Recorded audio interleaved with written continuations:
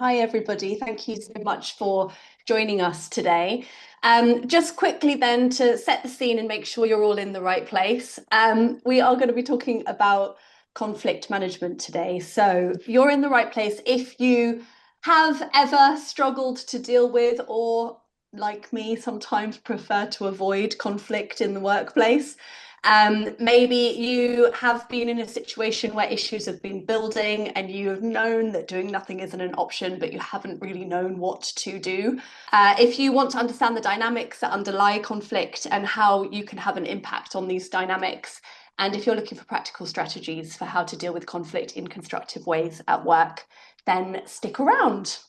I think the first thing really to say is that conflict is unavoidable, unfortunately, but it's not inherently bad and it gets a bit of a bad rep.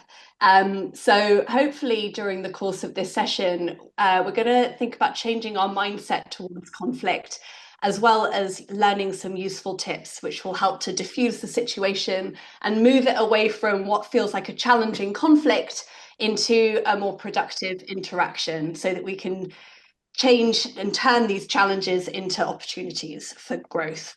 So we're going to start off looking at mindset when it comes to conflict. And I'm going to start by showing you an image. It's not going to be on the screen for very long.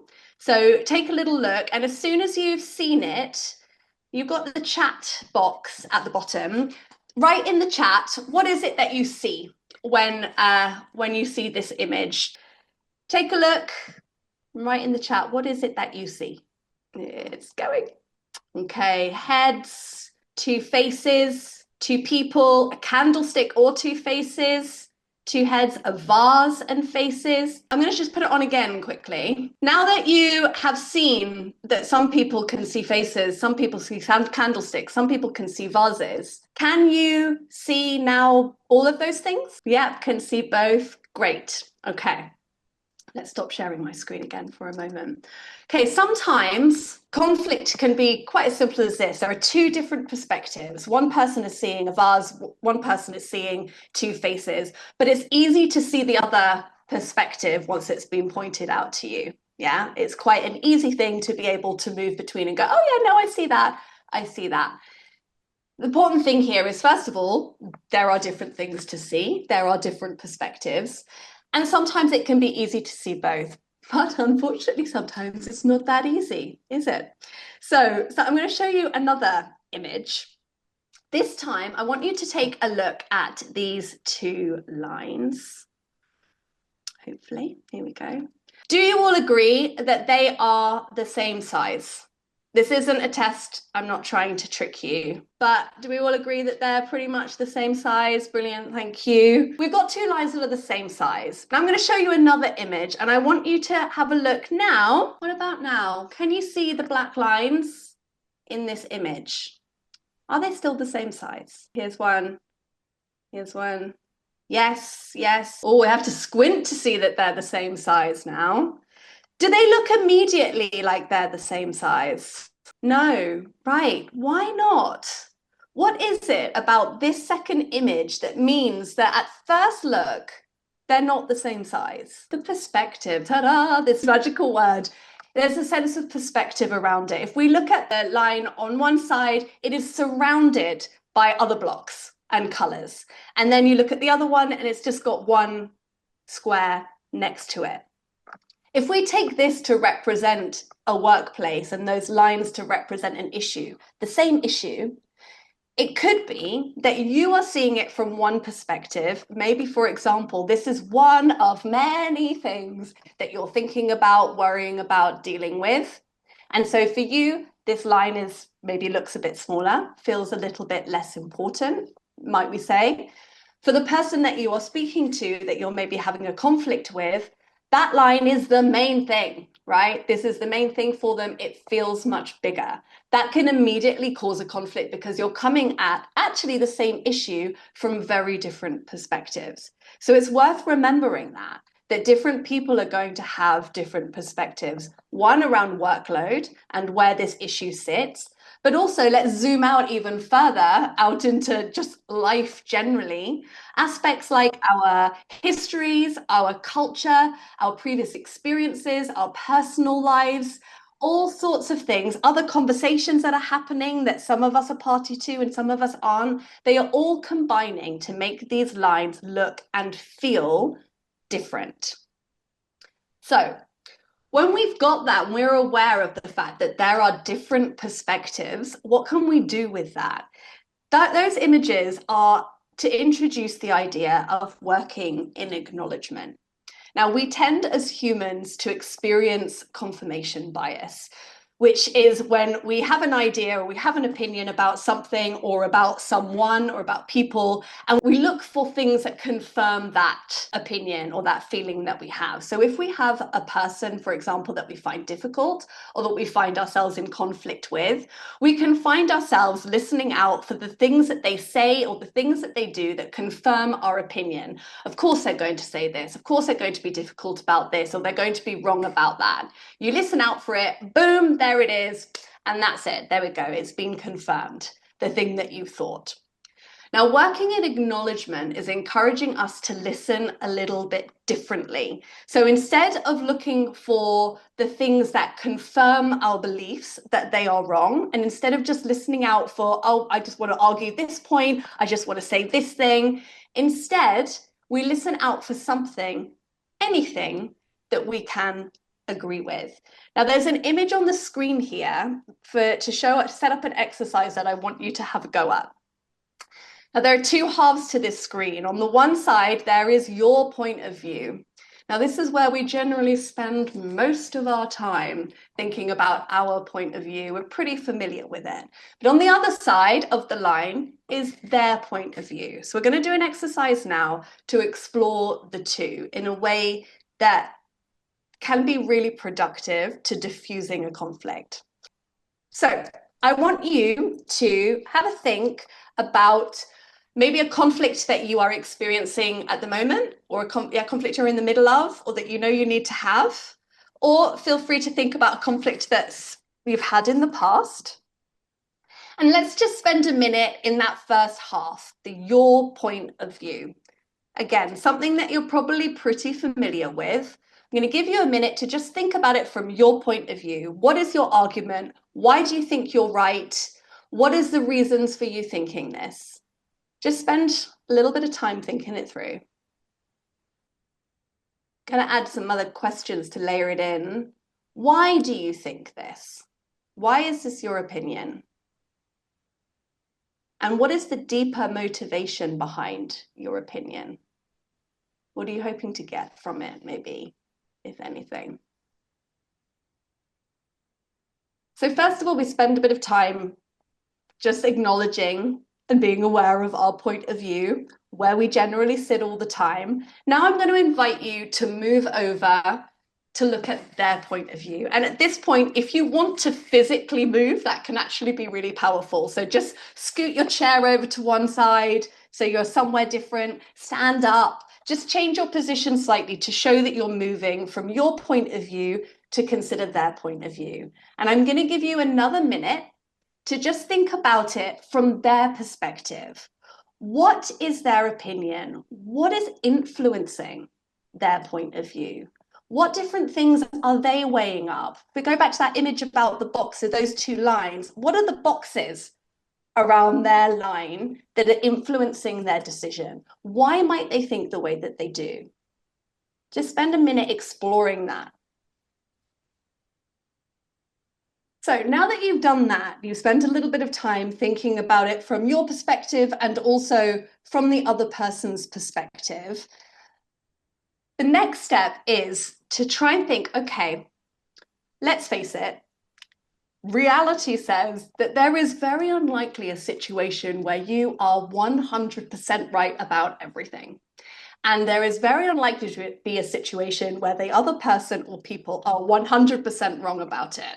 Like, that math just isn't mathing, okay? So let's spend a little bit of time thinking, okay, from my perspective, my opinion, where is that small percentage, 2%, 5%, 10% of my point of view that could be wrong? Where is there space for that? And similarly, from their perspective, what is that small percentage that you could agree with, where you can find some agreement? And then, by all means, tell them. Tell them what it is that you agree with or where you can see their point. Now, to be really clear, this is not to say that you are going to concede completely. It's not about giving up or like letting them win an argument. If you still really believe that a lot of your points have credit and that needs to be considered, it's not about giving all that away. But it is about finding agreement. And by doing that, you are showing empathy to their view. You're showing some curiosity about their perspective. And that will take the fire out of it. I don't know about you, but have you ever been in a sort of argument where you're just talking and you're talking at each other, yeah, but, no, but, yeah, but, and it just kind of gets louder and you're saying the same things over and over again, and you're just looking for a way to get in and say your argument just a bit louder. And then at some point, the other person says, oh, yeah, no, I get what you're saying there.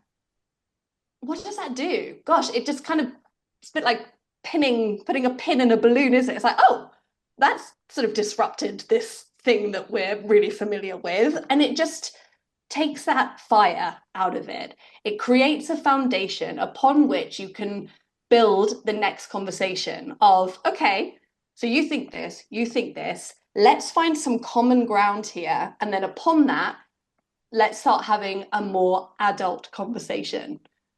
Who's heard that term? Let's be adult about this. Instead of just going around bashing at each other, let's be adult about this. What does that mean? I want to introduce you to a model around being adult about this. I wonder if any of you have ever heard of transactional analysis. It's a model, a theory by Eric Berne. It was created in the 1960s. And Eric Berne basically says that there are three ego states that we are in at any time, okay? All of us. So I have three ego states, you have three ego states, and we move between them. We move between them all the time, like even within a conversation. One conversation, you can be in all of these different ones.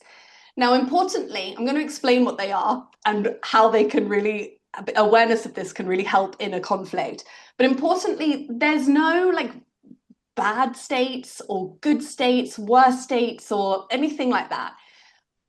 And recognizing that there are different states and that they can have an impact on a dynamic and on how conversations and interactions happen can be really, really powerful, because then we can choose and have a bit more control about which state we're in and how we're using it. So let me explain the states to you. One of the states is called the parent state. Now, to be in the parent state, you do not need to be a parent. We all find ourselves in parent state. In fact, my 7-year-old finds herself in parent state quite a lot.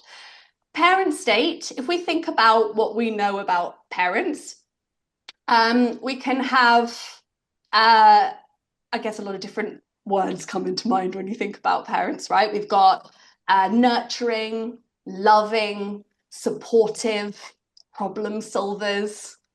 They can also be a bit impatient, a bit stressed, a bit controlling, potentially, maybe a bit judgmental at times. Yeah. So when you're in parent state, that's sort of the energy, that's the vibe that can be coming from you. We often say, if you're in parent state, you might be doing this, wagging your finger, okay? Another state that we can find ourselves in is the child state. Now, again, we do not have to be a child to be in the child state. But if we think about children, what words come to mind? Creative, imaginative, playful, fun, naughty, rebellious, compliant. Now, they're opposites of each other, but a child can be both, right? Rebellious or compliant.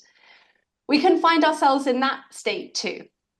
Now, the reason this is really relevant when we think about conflict is because in conflict, usually we are in one or other of those states. right? We might be being a bit parenty about this, being a bit judgmental. I think this, I know best, you're wrong. We might be the one who's kind of receiving that and getting quite defensive, or being quite compliant. So I wonder with you, if you think about a conflict again, maybe the conflict you were thinking about before, where were you? Were you parent? Were you child? And what do you think happens if you go into parent mode, which we all do sometimes with conflict?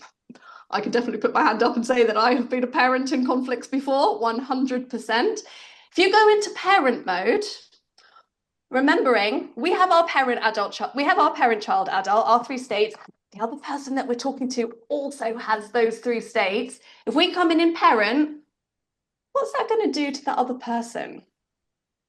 Now, it could be that they also go into parent and they're both like, no, I'm right, no, I'm right, no, I'm right, I'm right. Going round and round, tension, conflict, not really going anywhere. Can also be going into parent can bring out the child in the other person. Now, we were thinking about this the other day. I don't know about you. I live in Brighton. There are lots of dogs in Brighton, lots of dog walkers in Brighton, lots of dog poop on the streets. Now, I don't know about you. When I go on walks, I'm kind of having to jump over things. And the other day I was walking down the road and I saw somebody's dog doing their business and they didn't pick it up. Now, I very quickly and easily could have gone into parent there, right? That's disgusting. Go, you got to pick up the poo. Like, have you not seen all the signs around? Like, blah, blah, blah. They've done this. What's that going to bring out in the other person, right? Some people might just want to pick up the poo and throw it at me because they're being like a really sort of defensive, rebellious child. Some people, if it was me being told off, might just get really sort of compliant and, oh my God, I've just been told off, I'm so sorry. And then I'd probably reel it over in my head for the next few days, wishing I'd said this and done that. And it wouldn't be a particularly constructive conflict. So there's another option. We've talked about parent state, we've talked about child state. There's another one, which is the adult state. Remember I said, let's just be adult about this? We've got an adult state that we can go into. And that, when we think about adult, what words kind of come to mind? Rational, balanced, neutral. One word that I love for conflict, curious. Going into a more sort of balanced state where we're not getting too judgy, we're not getting too rebellious, we're just in this sort of balanced, rational, adult state in the middle. Going back to the dog poo example that I've just brought up, how about if I said to them, oh, excuse me, I've just noticed, I noticed that you didn't pick that up. I'm wondering, are you aware of the signs that we're actually not able to, like, did you need any help? Like, it could be you don't have a poop bag, for example. There are thousands of other dog walkers around. We could maybe help with that. Have a conversation. Why is it that they're not doing that? What is it that they need? Bringing it into that adult space rather than coming instinctively in with the parent can really help to not only open up a conversation that's a bit more constructive, but it also helps that other person to access their adult state so that they can reply to you and you can actually have a conversation that doesn't end up with poop being flung around or feelings of real discomfort. It can just be an adult, constructive conversation. So we've got our parent state, we've got our child state, we've got this adult state. I guess a question that we all want now is, how do we get into the adult state? If we are in a conflict, the first thing I suppose is to be aware, right? I think I'm being a bit parent here, or I've really slipped into child here. Once you've noticed that, now we can do something about it. Okay, this isn't really constructive. It's spiraling up here. It's not very useful down here. I need to step back into at least 1 foot back into adult. How can we do this? Use the chat. How can you access adult state if you are in a situation which is feeling maybe a bit tricky? You're aware you got your wagging finger, or you're being a rebellious child. How can we get ourselves into adult state? I'd love to hear some ideas. Yeah, pause, take a breath, deep breath, taking a step back. Brilliant. When you get that email that really just makes you want to go, what? And then you want to send it off. Pause, absolutely.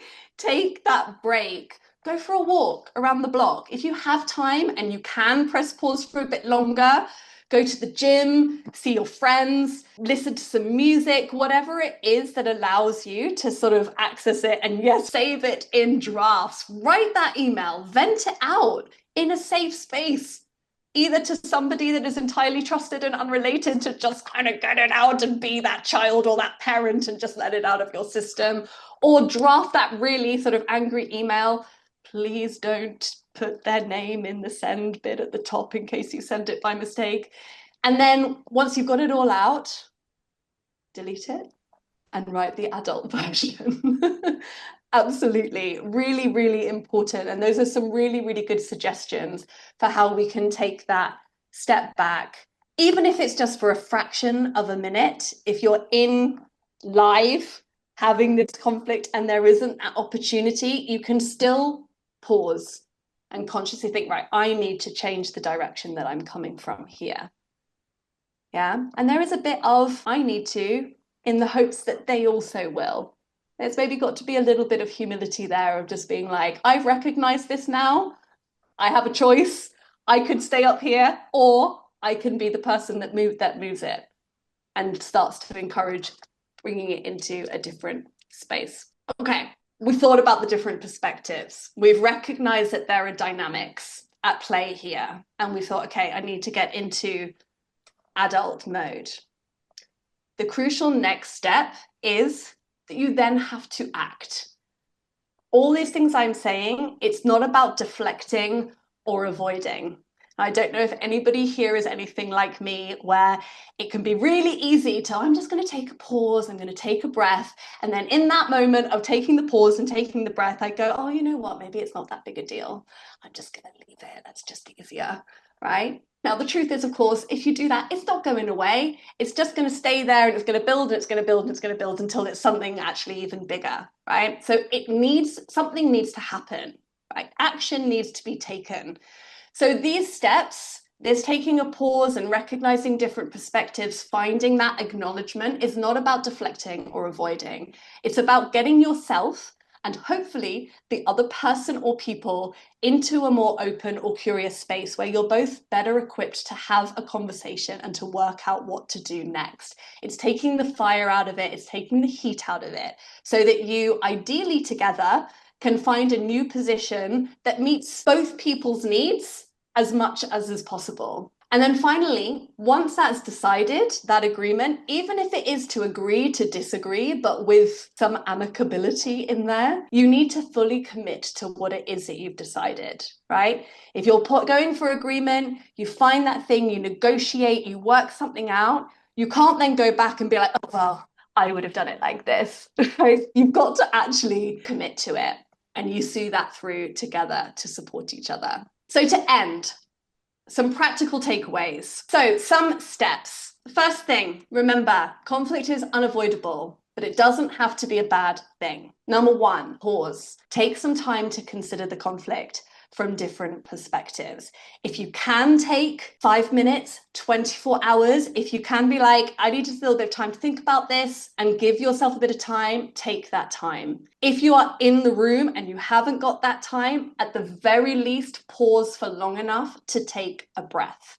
Now, a little bit of science behind taking a breath. When we are in conflict, our palms might go sweaty, our breathing gets shallow, our body is sending messages to our brain that we are in danger, right? And when we are in danger, the reptilian part of the brain kind of comes into its fore and it goes into fight, flight, freeze mode, okay? Prefrontal cortex shuts down. That's where all the rational thinking is happening. But that shuts down because we need all resources to be on survival. Seems a little extreme in like a workplace conflict, but that's what's going on with our brains. That's how we are evolutionarily designed. So taking a deep breath lets our brain know in a really simple way, I think everything's okay.